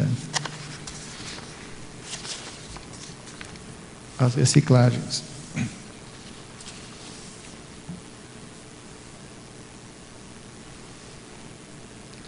Então, a pessoa que... Mini reciclagem aí do dogmatismo científico, o autopesquisador iniciante, né? Uma vivência que ele teve aqui, foi falado de um curso, ele fez um curso de campo, por exemplo, ele passou por uma pequena experiência, então isso já... Por exemplo, conseguiu instalar o estado vibracional, por exemplo? Poderia ser uma mini reciclagem? Ou sentiu as energias, não precisa nem... sentiu energia, teve uma clarividência, teve uma semi-projeção, nem precisa ter uma projeção super daquelas, né? Saiu um pouquinho da matéria. Ou uma projeção propriamente energética. Já é o que eu falei agora da bioenergia sem muros. Ele foi num parque, sentiu a energia de uma árvore, ele sentiu, já saiu um pouquinho. Sim, já saiu dos 5 sentidos. Já saiu dos 5 sentidos. É isso aí. E a maxi aqui, quando a gente usa a maxi reciclagem, é o abandono completo, né? Ele mudou completamente o paradigma. Sim. Ele pode continuar no científico, mas sem dogmatismo. Ele não vai abdicar da ciência, mas ele foi para um outro paradigma que admite a sobrevivência da consciência, por exemplo. Mas mesmo que eu penso que ele poderia ficar no científico e não ser dogmático mais, ele saber que as coisas sofrem mudanças e que, né, também nesse sentido seria a sua... É difícil essa questão do dogmatismo e a aceitação de verdades, ela não é uma coisa assim tão simples, né? Eu não sou mais dogmático e tal. Sim. Por quê? Porque dentro do paradigma, pensa bem, nós temos condicionamentos de quantas vidas já tivemos? Múltiplas existências, né? Por quantos modelos de sociedade nós já passamos? Aquilo vai condicionando, você vai trazendo isso também para... Mesmo na vida atual, você muda de um paradigma para o outro, você leva as coisas que você tinha, não tem jeito.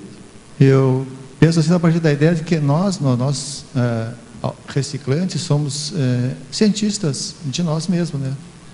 É nesse sentido que eu falo, porque nós estamos fazendo a pesquisa da consciência e a nossa interação, com a nossa conviviologia, né? Então, nesse sentido que eu tentei falar, mas eu acho que eu não me expressei bem. Não, mas tá ok. Perfeito, muito obrigado.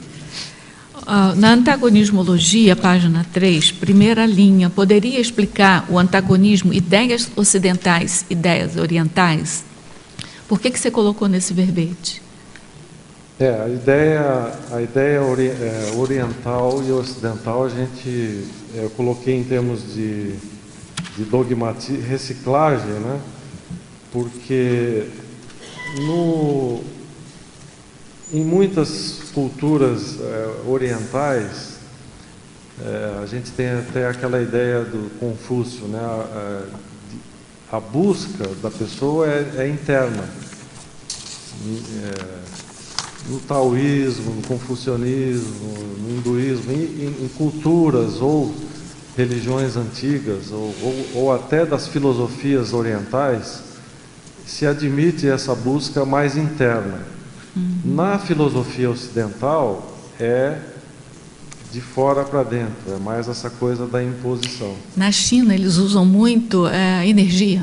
Quando estive lá, eu fui num centro como se fosse um centro de consulta médica, né? Aí eles olham o fundo do olho, não sei o quê, olha a unha, e aí daqui a pouco eu vi o médico, né, passando a mão assim em mim, olha, para sentir as energias, sabe? Não falou nada, até porque ele falava em chinês, eu não ia entender também nada. Mas eu percebi direitinho, porque a gente trabalha com energia, a gente sente, né, energia.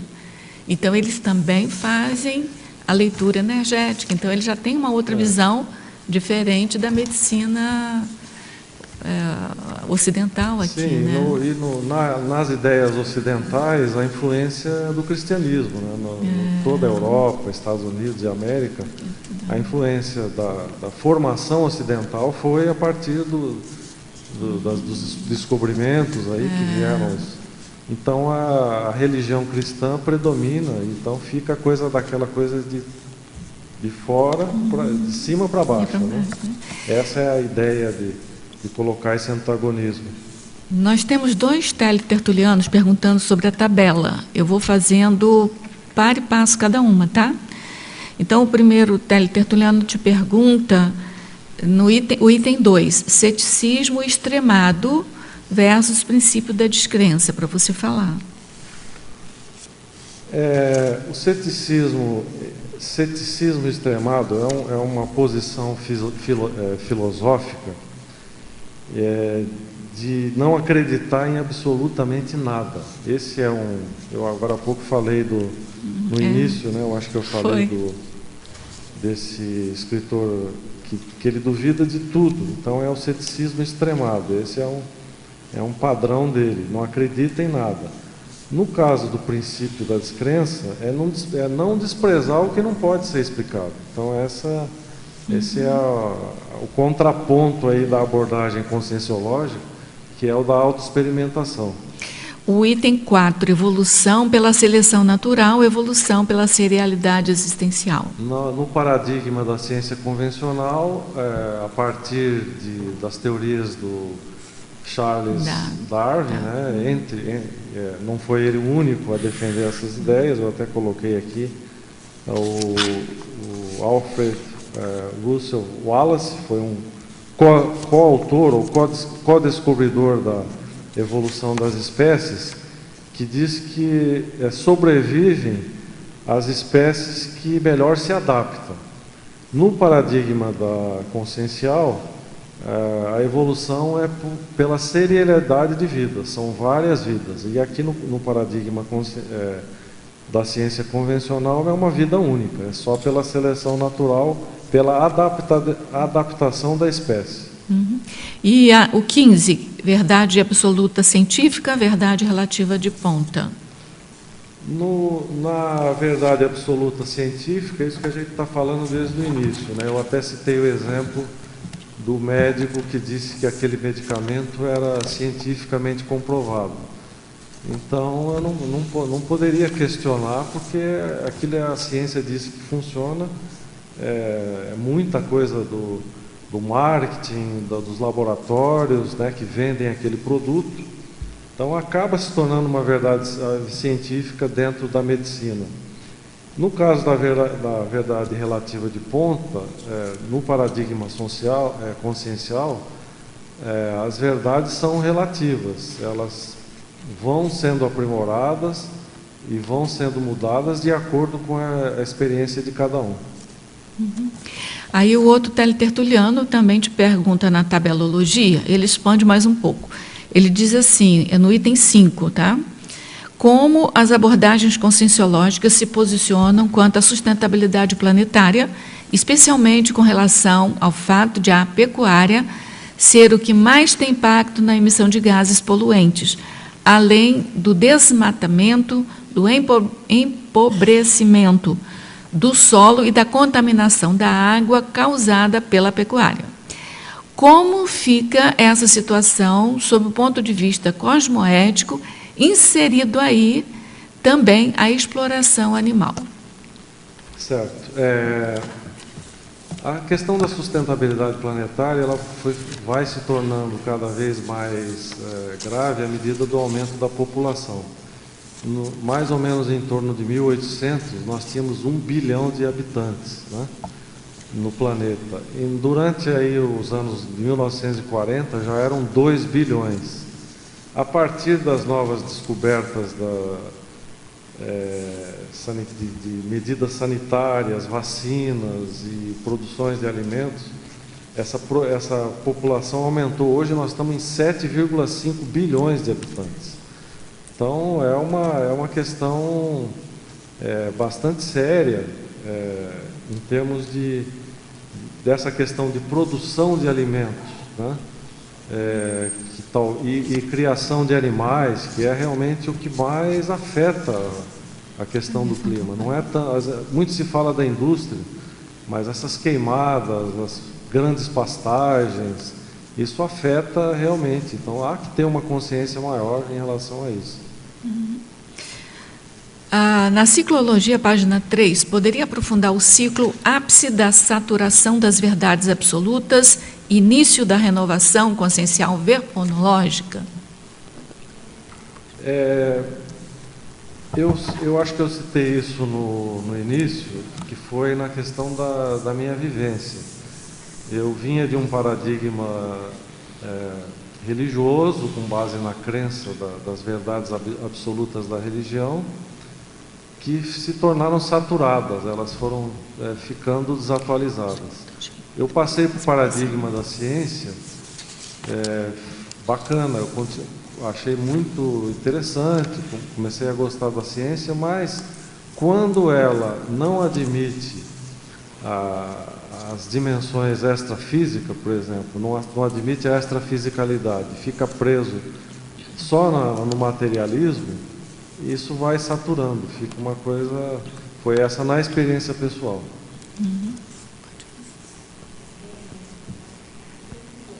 Ó, tem que botar bem assim, porque você fala baixinho, então tem que...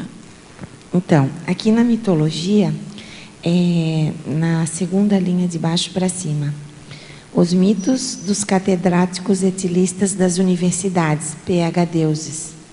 Você quer comentar um pouquinho sobre isso, por favor?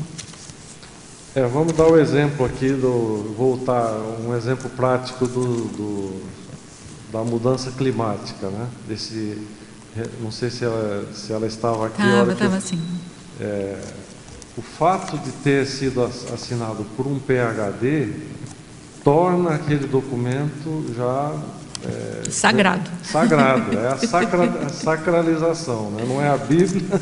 Mas é a Bíblia do cientista que busca aquilo. Então, foi mais nesse sentido, assim, se torna um mito, a gente acaba transferindo a crença religiosa para a crença científica, e em vez de ter o sacerdote, o padre, o pastor, agora o cientista PhD acaba substituindo, né? Foi com esse sentido que eu coloquei. Uhum. Aqui na página 2, na Proverbiologia, os tempos mudam e nós mudamos com eles. Daí, me referindo já a Heráclito, o homem nunca se banha no mesmo rio, está sempre em constante mudança e o rio também. Você quer fazer alguma correlação com essa frase? Ou porque você a citou? É proverbiologia? Proverbiologia. Os tempos mudam e nós mudamos com eles. A ideia do Zeitgeist, né? Os tempos vão mudando e a gente tem que ir mudando também. Agora há pouco nós estávamos falando... E o contrário também, né? A gente vai mudando, os tempos vão mudando também, né? Acho que os tempos mudam porque nós mudamos também. É um círculo, né? Uma espiral, na verdade, né? Porque você não volta para o mesmo lugar, você volta sempre num patamar. A gente não pode nem dizer que é acima ou se é abaixo, mas volta no outro patamar, né? Sim, vai em camadas. Você nunca volta para o mesmo lugar, né? Igual o Heráclito. Aquele patamar acaba, às vezes, saturando, você promove uma reciclagem. A ideia aqui é que a reciclagem tem que ser contínua, né? Você faz uma reciclagem, fiz a minha reciclagem, pronto. Não é isso. A reciclagem é contínua, essa é a ideia. Eu tenho que só falar que eu achei aqui, realmente não está escrito na enciclopédia como princípio, tá? Mas ele aparece como paradoxo e aparece como solto, assim, a simplificação da complexificação. Mas o paradoxo, como você mesmo disse, é uma pseudo-contradição que você, mudando de paradigma, aquilo fica solucionado. Então, assim, só para você ter ideia, vocês, né? Da onde aparecem esses paradoxos da simplificação da complexificação, os temas, né? Imperturbabilidade, hipótese evolutiva, linha de montagem, mega-pensene trivocabular, neo-ego, ou seja, a ideia é que, na medida em que você vai evoluindo, a complexidade vai aumentando, mas aquela complexidade, na verdade, a manifestação vai tornando mais simples, que é o caso da CL, enfim. O caso, por exemplo, do mega-pensene trivocabular, que em 3 palavras ele coloca um mundo de complexidade ali dentro, então é uma simplificação das 3 palavras, entre aspas, né? É um paradoxo, que com 3 palavras ele vai fazendo uma complexidade maior. Então, esse é o paradoxo, né? E a gente encontra a simplificação da complexificação em alguns verbetes soltos ali no meio. Mas o princípio, como eu falei, não é, gente. Eu estava enganada, não é princípio. Efeitologia, página 3, segunda linha. Como podemos aproveitar na prática os efeitos homeostáticos das fitoenergias e da isoenergia?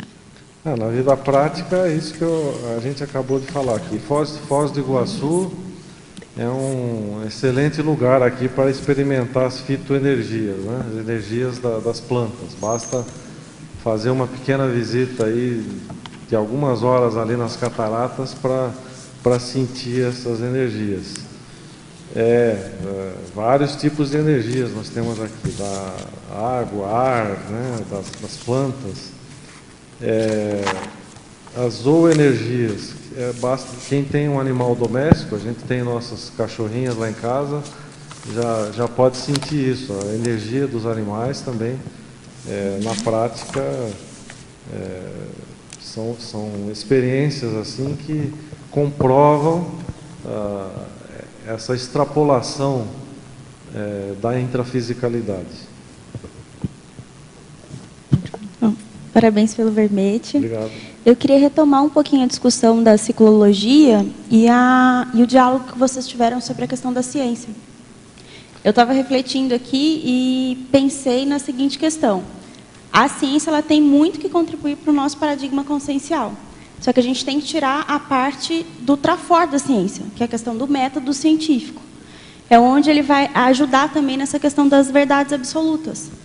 Aí a gente não entra nem no dogma religioso, nem no dogma científico.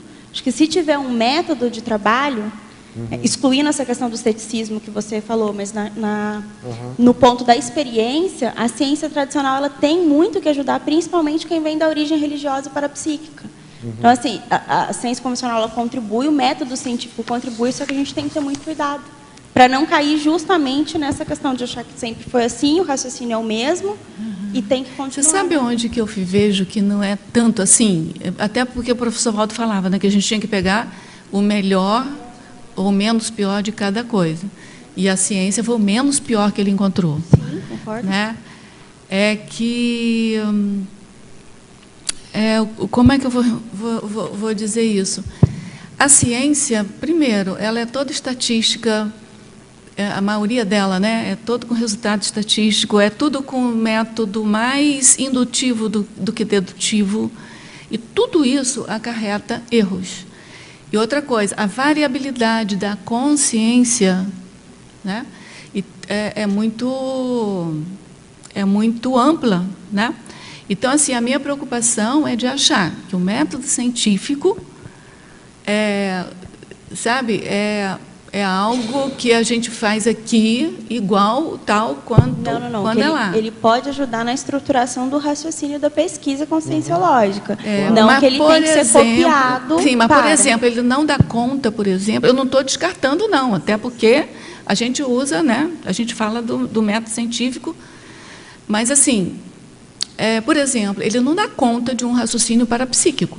Aquele raciocínio que você está numa dinâmica, eu chamei isso de raciocínio parapsíquico, eu botei até numa frase enfática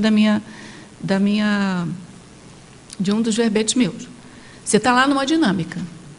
Você percebe quando uma consciex vem, acopla com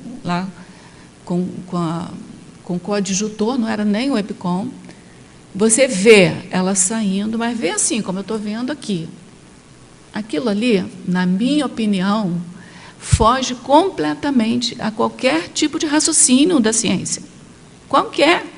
Não tem como. Você tem que dar um salto, entendeu? De pensamento. Agora, eu concordo com você, tem que ter algum método. A autopesquisa tem que colocar você como o primeiro pesquisado da história, né? Mas eu tenho preocupação, sabe, Lauísa, de falar isso, porque senão, por exemplo, esse raciocínio parapsíquico de que as coisas saltam, entendeu? As coisas saltam, as coisas não são indutivas, não são dedutivas, elas saltam.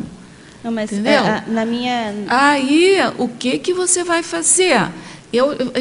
Na minha defesa, eu falei para o professor Waldo, pode alguém, quem quiser, falar que eu estou errada, que eu estou doida, que eu devaneei, que eu tenho certeza do que eu vi. Por isso que eu chamei de raciocínio parapsíquico. Não foi dedutivo, não foi indutivo, não foi nada, não foi método científico nenhum que eu apliquei ali. Entendeu? Não, é verdade relativa de ponta? Até é, entendeu? Porque naquele momento eu fui capaz de ver aquilo, coisa que eu não tinha visto antes. Pode ser que dali para frente eu veja outras condições que eu acrescente aquele resultado. Mas, assim, eu concordo com você que a gente tem o método da ciência, mas eu penso que eu continuo achando que é o menos pior, entendeu? Sim, sim. Ela é limitada para entender o paradigma. Mas, por exemplo, para analisar esse caso que você deu, por que aconteceu, como aconteceu de novo, qual foi a minha reação? É esse raciocínio que eu estou chamando de... Mas isso não é da ciência convencional, né? Isso da vida, né? É da vida. Isso é o método enumerativo. Método de registro, método o número de análise enumerativo. de dados. Isso é antes da ciência. Entendeu? É antes da ciência. Então, é isso que eu fico achando. A gente, quando conhece a ciência, acha que tudo é da ciência. Não, é o que eu falei agora. O Homo sapiens tem o quê? 250 mil anos? A ciência tem quantos anos? 400 anos? É nada, né?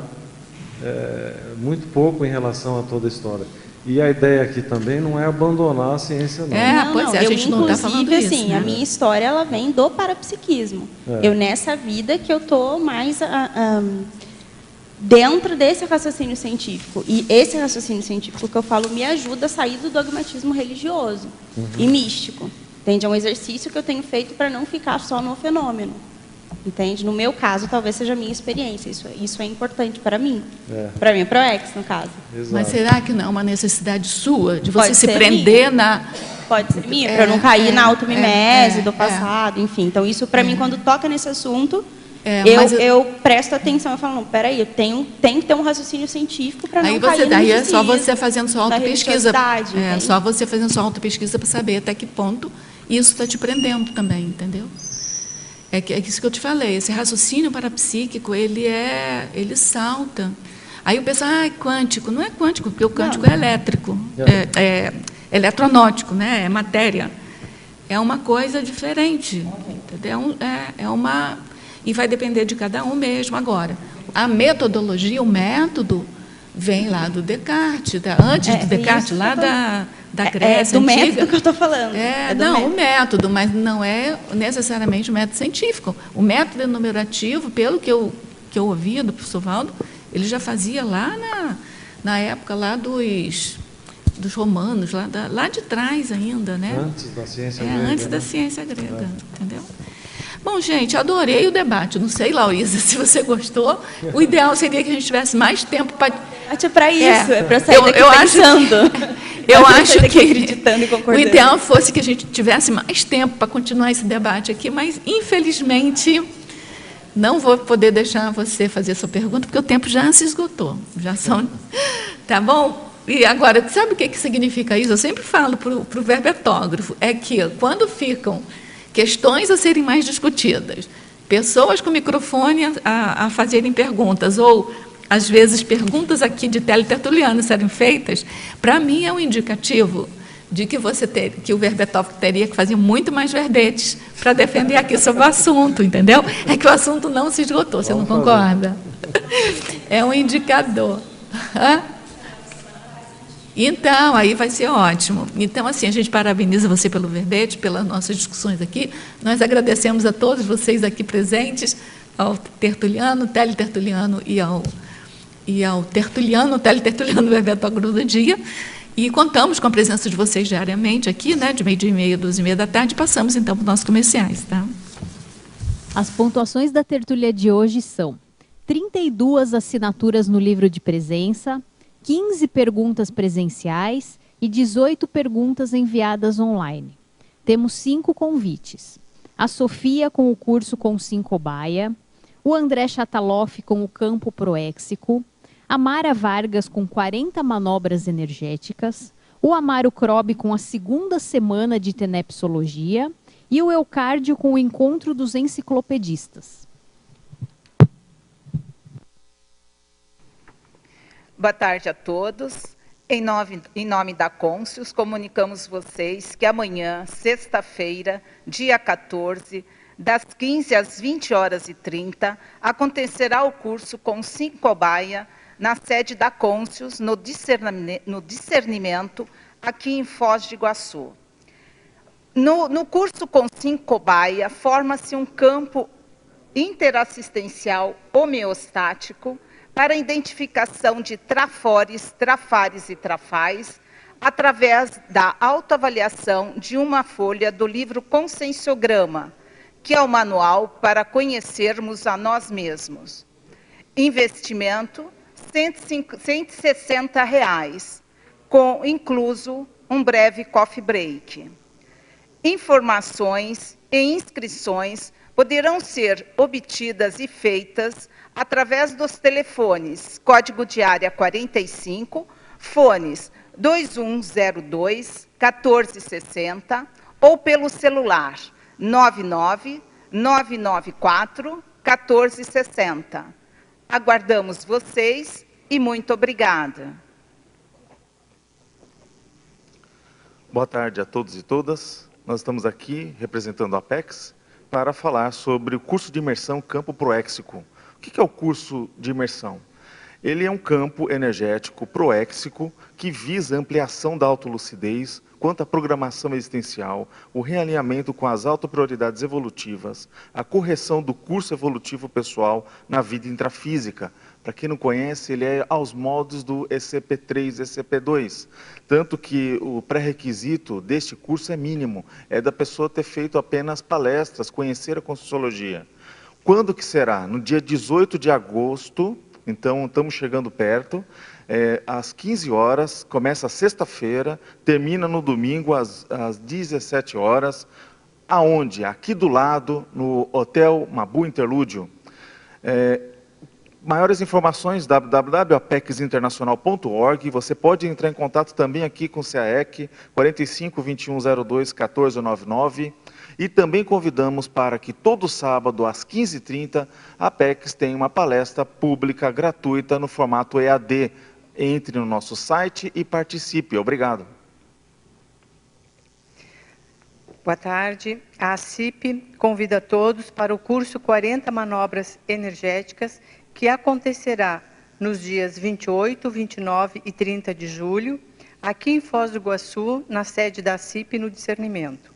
40 Manobras é um curso prático, sem pré-requisito, e o curso objetiva promover a vivência das bioenergias, a intensificar a troca de experiências entre os alunos, a melhorar a autoconfiança no processo assistencial, a desdramatizar o trabalho com as energias e a utilizar de forma consciente as bioenergias no nosso dia a dia.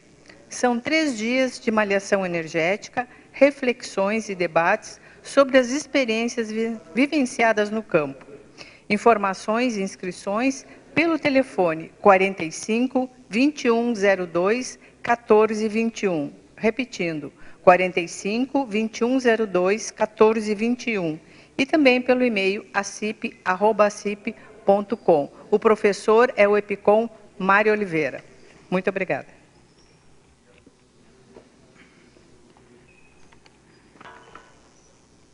Boa tarde a todos e todas. Nós estamos a 2 dias do início do curso, do início da segunda semana de Tenepsologia. Começa este sábado e termina no próximo domingo.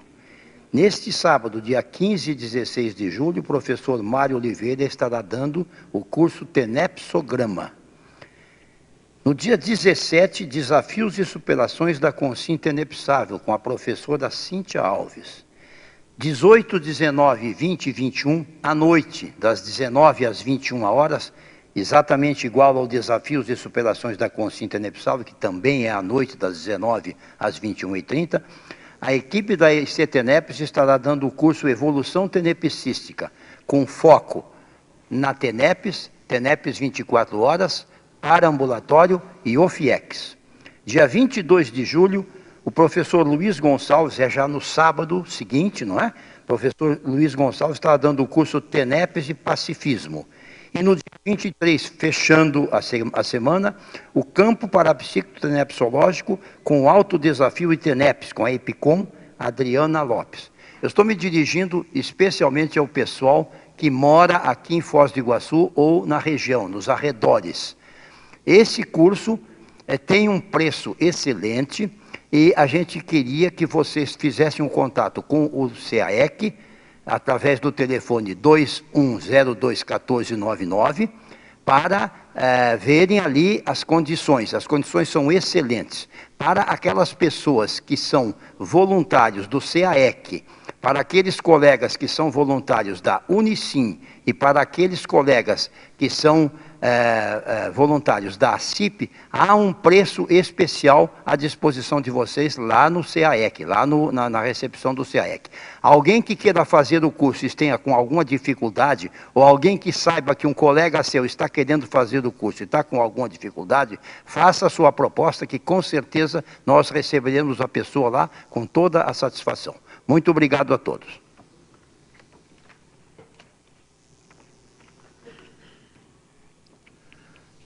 Boa tarde.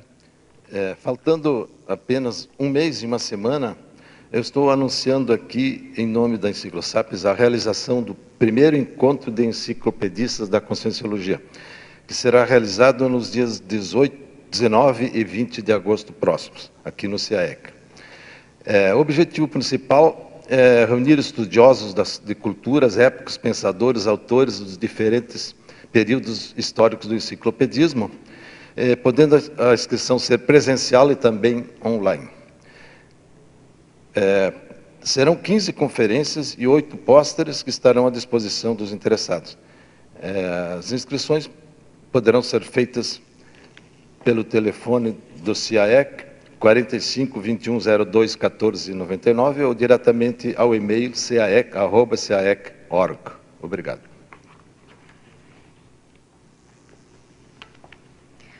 Para amanhã teremos o verbete Interação para Cirurgia Mega Fraternidade. A especialidade é a Mega Fraternologia. O verbetógrafo é o professor Marcelo Silva. Agradecemos a presença e a participação. Uma boa tarde e até amanhã.